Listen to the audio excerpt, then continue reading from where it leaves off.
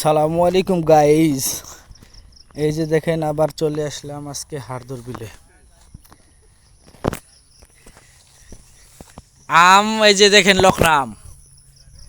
লখনাম এত পরিমাণ ধরেছিল, দাম কম থাকার লাগে, দাম কমের লাগে বেচতে পারিনি।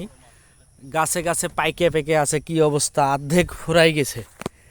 যে বাগানে 50-60 মণ আম হতো সেই বাগানে হয়তো বা খুব জোর 20 মণ আম হবে। তারপরও দাম না থাকার কারণে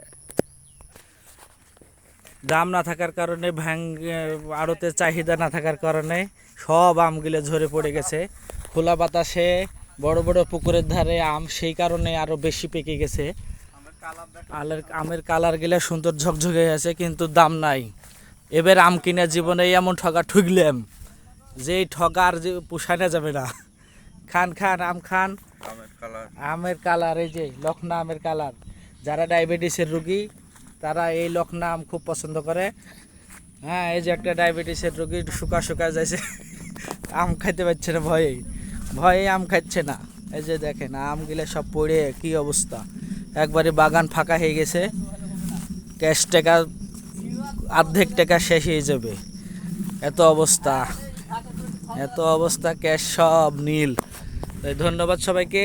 যারা ভিডিওটা ভালো লাগলে শেয়ার করে দিন, কমেন্ট করে দিন আর সাবস্ক্রাইব করে দিন, তাহলে দর্শক একটু দেখতে পাবে একজন ব্যবসায়ীর কি করুণ অবস্থা। আম কিনে এবার মাথায় হাত।